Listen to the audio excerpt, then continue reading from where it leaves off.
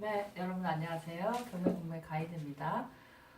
저희 경매공매 가이드에서는 지금 왕초보 입문하기 시리즈를 방송해 드리고 있습니다. 오늘은 그 5탄으로 지금 저희가 계속 그 용어의 정리를 말씀드리고 있는데요. 오늘은 차순위 매수 신고인, 차순위, 최고가 차순위 매수 신고인에 대해서 말씀드리겠습니다. 최고가 매수 신고인은 말 그대로 나중에 이제 낙찰자가 됩니다. 법적으로 법적 지위가 낙찰된 당일날은 최고가 매수 신고인입니다. 이때는 최고가 매수 신고인이 그 자기가 낙찰됐다는 것을 확인해 주는 건 그 입찰 보증금 영수증밖에 없어요. 왜냐면 아직 잔금을 안 냈기 때문에 등기가 안 되죠. 그러면 일반 사람들이 봤을 때는 아직도 그 물건의 소유자는 전소유자죠. 그러니까 그 낙찰된 날로부터 등기하기까지의 그 기간 동안은 자기가 낙찰자라는 것을 증명하는 것은 입찰 때 그 보증금 된 영수증에 최고가 매수 신고인이라고 돼 있습니다. 그래서 이제 일단은 최고가 매수 신고인이 되면 이제 그 법원에서 그 집행관이라고 하죠. 그 법대에 앉아 있는 분이라니까 판사가 아닙니다. 그분은 집행관입니다. 그 집행을 하는 공무원이죠. 경매기에서 그보다 더 쓴 사람이 있는데 혹시 안 불러진 사람이 있으면 말씀하시라고 합니다. 그런데 이제 아무도 말을 하지 않으면 이 분이 이제 최고가 매수 신고인이 되셨어요. 그거는 이제 변동사항이 없습니다. 그런데 차순위 신고하실 분 계십니까? 라고 물어봅니다. 차순위는 그냥 2등을 말하는 게 아니에요. 1등하고 2등을 얘기하는 게 아니고 차순위는 이 낙찰자가 낙찰받은 금액에서 보증금을 공제한 금액보다 입찰가를 더 쓰신 분, 그들 중에는 차순위 매수 신고인이 될 수 있습니다. 자격이 됩니다. 무조건 2등 했다고 다 차순위 매수 신고인이 되는 게 아니고 일정 금액 차이가 나야 됩니다. 그런데 차순위 신고를 하신 분은 그날 보증금, 이분도 보증금을 가져가셨겠죠. 이분도 보증금을 넣고 낙찰가를 썼죠. 근데 아쉽게도 자기보다 더 쓴 사람이 있어서 최고가 매수 신고인에게 일단은 그분에게 이제 물건을 일단 뺏겼다고 보는데 아직 이분은 말하자면 우리가 일반 매매에서도 계약금만 걸어놓은 상태, 어떤 변동사항도 생길 수 있는 상태가 지금 이 상태죠. 근데 일반 매매는 우리가 그 매매를 더 정확하게 하기 위해서 중간에 중도금 한번 치르죠. 근데 경매는 중도금은 없습니다. 자, 무조건 잔금, 바로 잔금입니다. 낙찰되고 잔금입니다. 중도금 절차가 없습니다. 그러면 차순위 매수 신고인은 차순위 매수 신고하시면 이분도 영수증을 드려요. 이분도 본인이 차순위 신고를 했다. 낙찰 최고가 매수 신고인이 잔금을 안 내면 내가 잔금 내겠다. 왜? 만약에 잔금 안 냈어. 재경매 넘어갔어요. 그때는 보증금도 더 걸어야 되죠. 낙찰된다는 보장 없지 않습니까? 다른 사람들이 또 같이 경쟁을 했어도 또 낙찰된다는 보장이 없는데 이 물건을 꼭 낙찰받고 너무나 안타깝게 이 물건을 놓쳤을 경우 차순위 신고하신 분들은 이분도 보증금을 경매기에 맡겨놓고 가야 됩니다.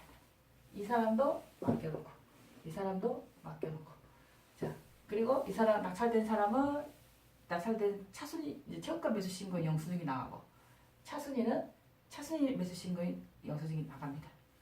그냥 이렇게 됐을 때 이 둘은 어떻게 보면 경쟁 관계일 수도 있고 어떻게 보면은 협력의 관계가 될 수도 있습니다. 자, 차순위 신고인은 차순위 매수 신고함으로써 이 사건의 당사자가 됐죠.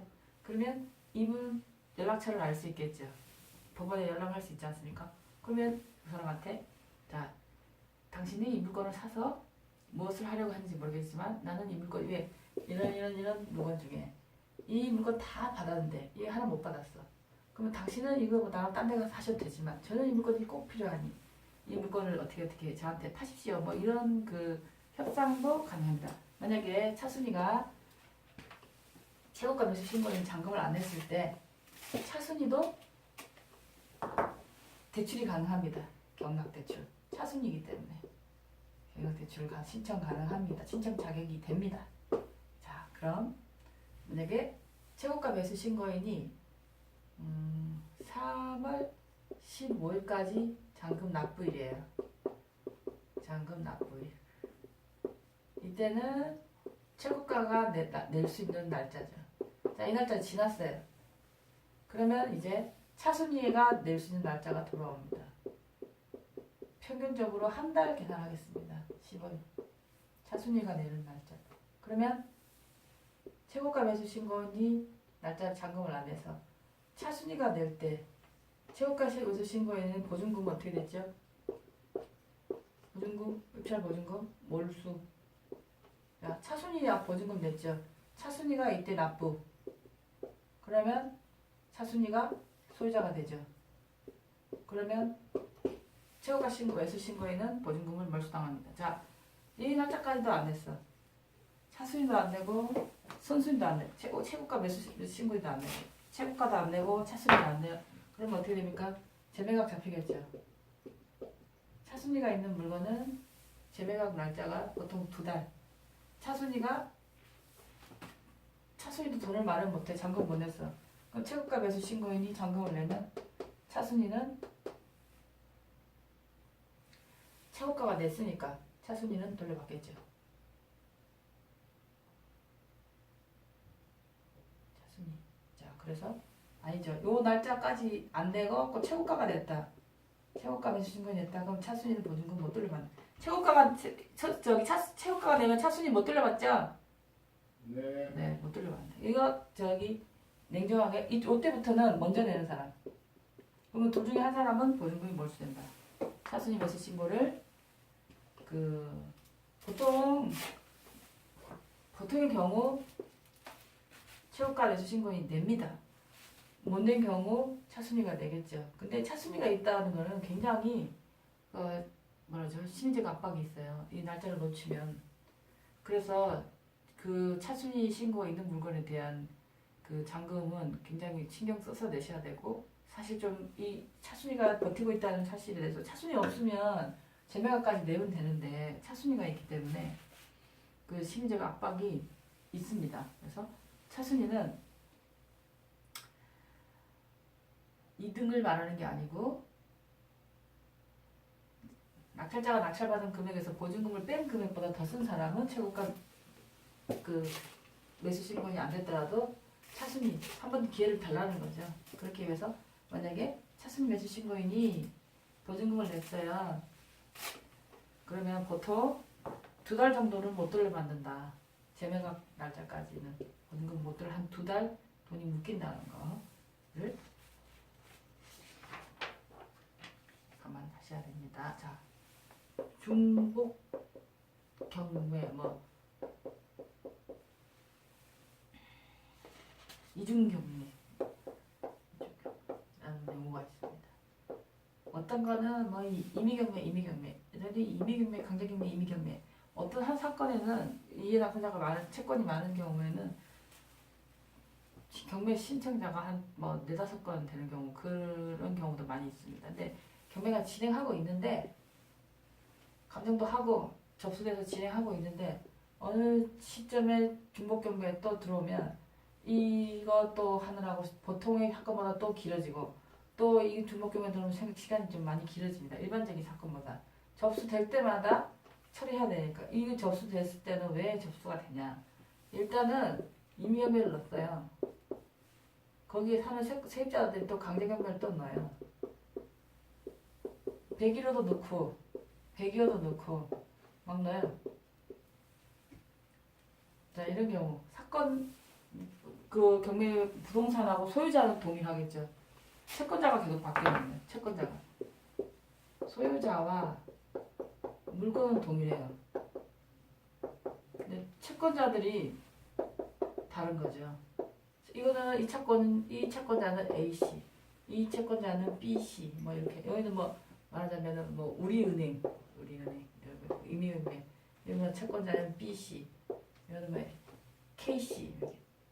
임의경매 진행하고 있는데 왜 또 경매를 넣을까요? 이 사람이 넣었는데 101호가 넣었는데 101호는 왜 또 넣을까요? 각각의 채권이기 때문에 이 사건의 당사자가 아니잖아요. 101호는. 채권자는 우리은행 소유자는 나는 이 물건 이해 당사자지 채권자로서의 행사를 안 했잖아요. 그래서 임의경매 진행하고 있는데 또 강제경매 넣고 강제경매 진행하고 있는데 또 넣는 이유는 혹시라도 나는 이 경매 되면 다 받아가니까 넉넉히 기다리고 있는데 이 소유자하고 합의해가지고 이 갚았네? 취하시켜버렸네? 그러면 나 다시 또 시작해야 되겠죠.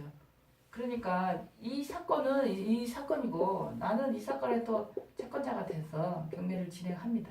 그래서 그 제일 처음 들어온 사건 이제 메인으로 하고 그 뒤에 작은 글씨로 중복 사건을 표시하는데 그 사건 치면 또 인문 들어가고 단 채권자가 바뀌어서 나오겠죠. 채권 금액과 청구 금액과 채권자가 바뀌어서 그게 중복 경매, 이중 경매라고 합니다. 사건 번호가 다 다릅니다. 채권자가 다르니까 접수된 채권자가 다르니까 그런 사건들을 뭐 많이 있습니다. 근데 첫 번째 사건이 이제 강제경매고 뒤에 은행이 있는데도 은행이 임의경매를 진행 안 하는 사건들은 이자는 잘 내고 있는 거죠. 이 강제경매만 해결하면은 경매가 완전 끝나버리는 거지. 취하되는 거지. 근데 강제경매 진행 중인데 임의경매 또 들어왔다는 거는 채권도 있고 은행 이자도 연체 중이고 그렇기 때문에 취하 가능성이 좀 더 어렵죠. 그래서 신청 먼저 들어온 사건을 기준으로 진행한다. 제일 먼저 들어온 기준으로 진행하고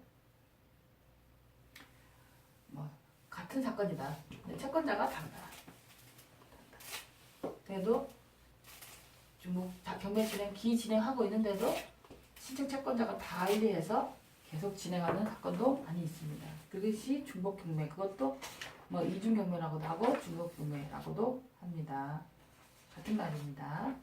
자, 그다음에 상계 신청. 상계는 신청을 해야 됩니다.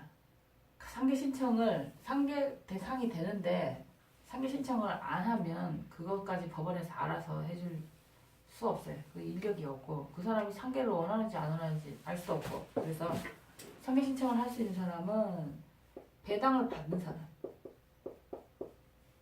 배당이 나오는 금액 한도 내에서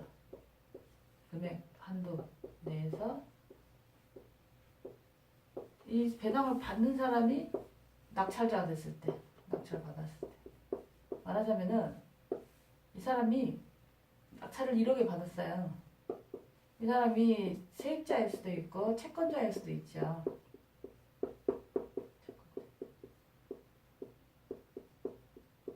소유자는 안 됩니다. 소유자 배당 받을 수 있을 때도 소유자는 그 물건에 들어갈 수 없습니다. 배당으로 받아가야지. 자, 낙찰자가 낙찰을 받았어요. 1억이에요. 세입자가 전세를 1억에 살았어요. 아니지. 5천에 살았어. 5천에 이 사람 배당이 5천 나오는 사람이에요. 그러면 이 사람 낙찰을 1억에 받았어요. 배당이 5천만 원 나오면 낙찰 잔금으로 5천만 원만 내는 거죠. 5천 받을 거 있잖아요. 5천 받을 거 있으니까 5천만 내겠다.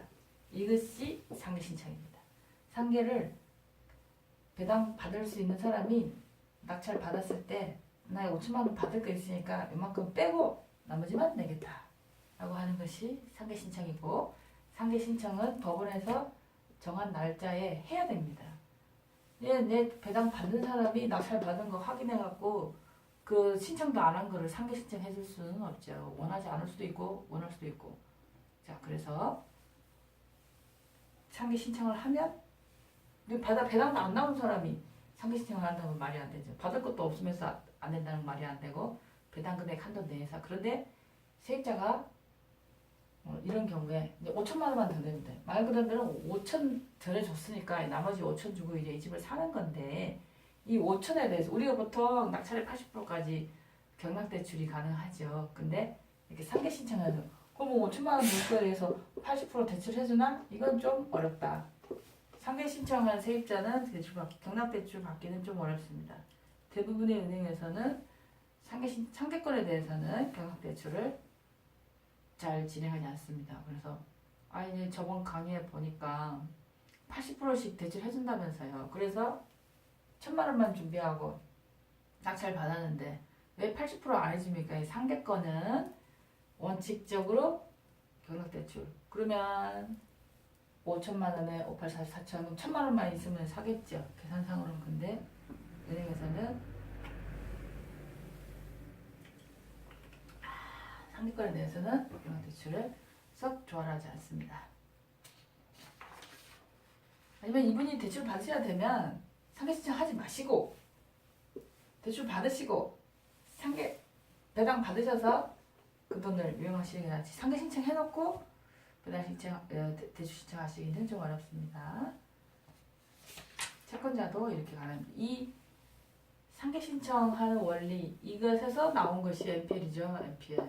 NPL. 여기서 조금 어려울 수도 있지만 잠깐만 설명을 하자면 NPL의 원리도 마찬가지. 한 푼도 안 들이고 그 사람 뭐 낙찰 받았다던데 이런 얘기.